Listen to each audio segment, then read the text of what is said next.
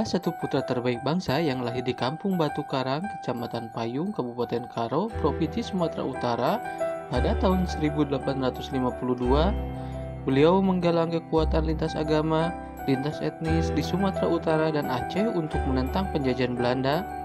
Beliau dijuluki Garamata yang bermakna mata merah. Dialah Kiras Bangun.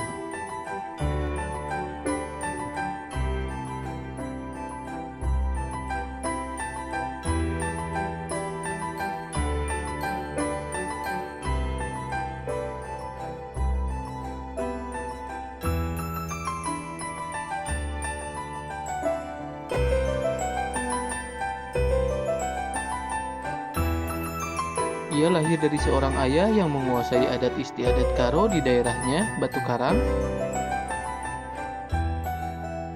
Kiras Bangun memiliki 5 saudara, 1 orang perempuan dan 4 orang laki-laki.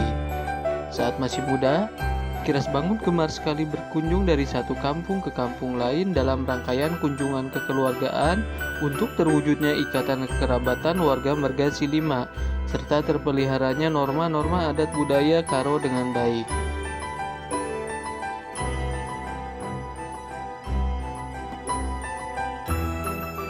Kiras Bangun mengenyam pendidikan di Binjai sampai ia menguasai bahasa Melayu serta aksara Karo. Sejak berusia muda, Kiras Bangun dikenal sebagai tokoh yang bijak melakukan pembelaan terhadap hak-hak rakyat yang ingin dirampas oleh penjajahan kolonial Belanda.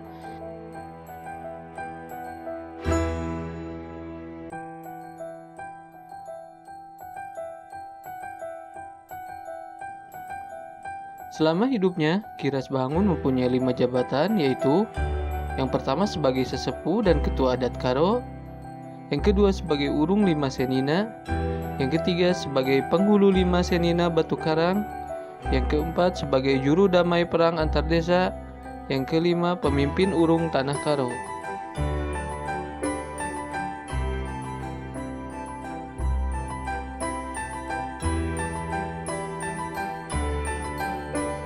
Pada tahun 1870, Belanda telah menduduki Sumatera Timur yaitu Langkat dan sekitar Binjai, membuka perkebunan tembakau dan karet.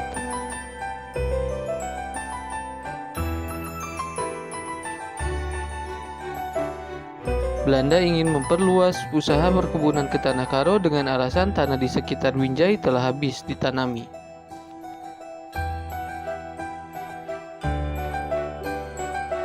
Kepopuleran Kiras Bangun sendiri akhirnya diketahui oleh Belanda dari penduduk Langkat dan lebih jelas lagi dari Nimbang Bangun yang masih ada ikatan keluarga dengannya.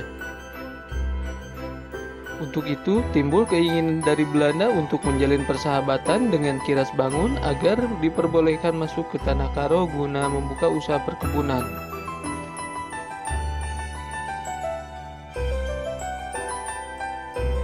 Pada tahun 1902, Belanda mengirim utusan ke tanah Karo untuk membujuk masyarakat.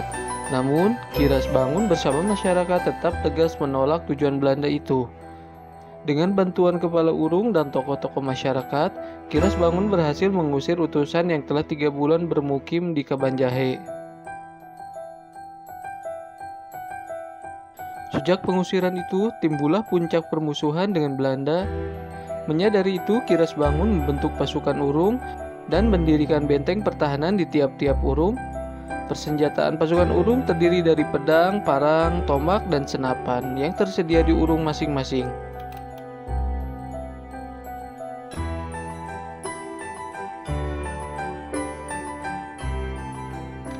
Pada 1904, serdadu ekspedisi Belanda datang dari Aceh melalui Gayo Alas dan Dairi menuju Medan.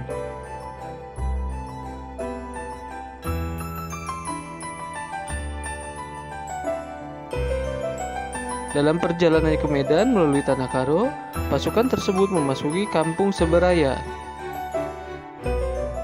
Dalam perjalanan, pasukan Belanda mampir di kampung Sukajulu. Melalui kerja keras Kiras Bangun berhasil menggalang kekuatan lintas agama di Sumatera Utara dan Aceh untuk menentang penjajahan Belanda.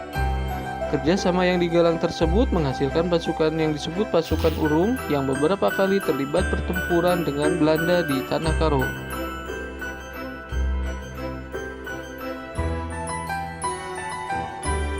Belanda berhasil menduduki Kabanjahe.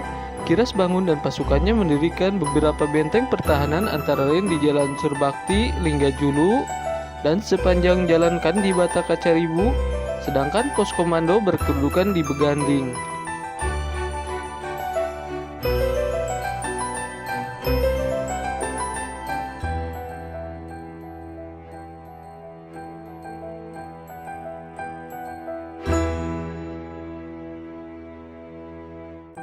Pertempuran demi pertempuran terus berlanjut di berbagai tempat.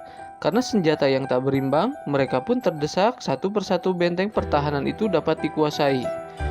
Karena kewalahan menghadapi perlawanan pasukan Kiras Bangun, Belanda akhirnya mengirim utusan untuk berunding kepada Kiras Bangun.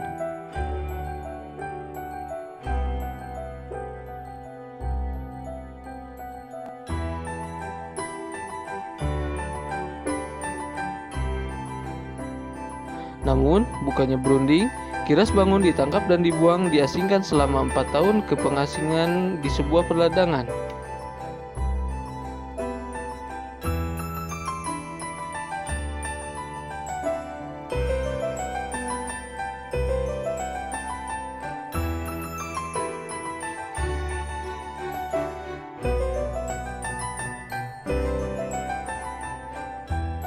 Pada tahun 1942, Kiras Bangun meninggal dunia di usia 90 tahun.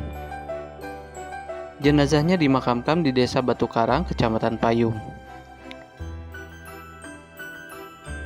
Pada peringatan Hari Pahlawan Nasional, Kiras Bangun dianugerahi gelar Pahlawan Nasional oleh Presiden Susilo Bambang Yudhoyono. Namanya juga diabadikan menjadi nama jalan di Kabupaten Karo, Sumatera Utara.